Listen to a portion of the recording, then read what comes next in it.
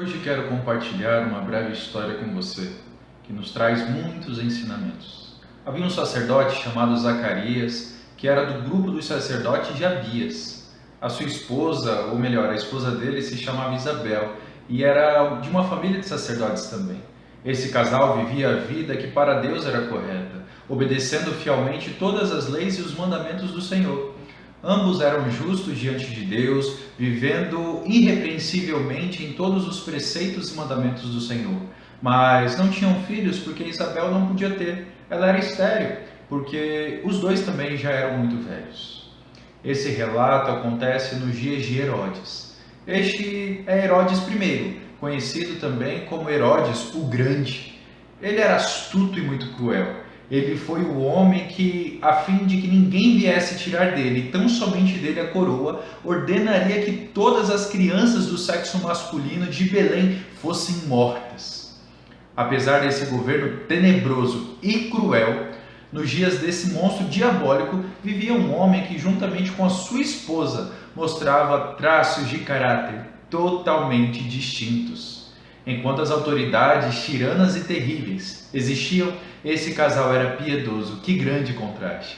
Esse casal era justo aos olhos de Deus. Mas o que é isso? O texto deixa bem claro que eles observavam todos os mandamentos e ordenanças do Senhor.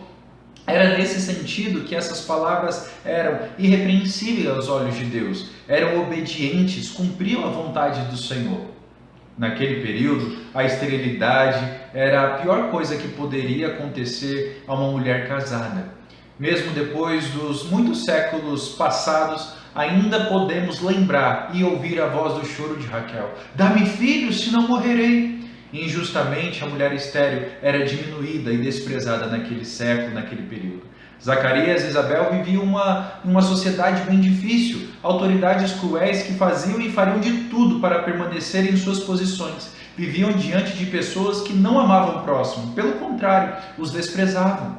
Mesmo assim, eles eram fiéis a Deus. Não é o meio que corrompe as pessoas. Podemos ser fiéis a Deus, amar a Deus, sermos piedosos, justos diante de Deus, vivendo irrepreensivelmente em todos os preceitos e mandamentos do Senhor, mesmo diante de uma sociedade corrupta e má. Esse casal é um grande exemplo para todos nós. Seja você adolescente, jovem, adulto, solteiro ou casado, divorciado ou viúvo.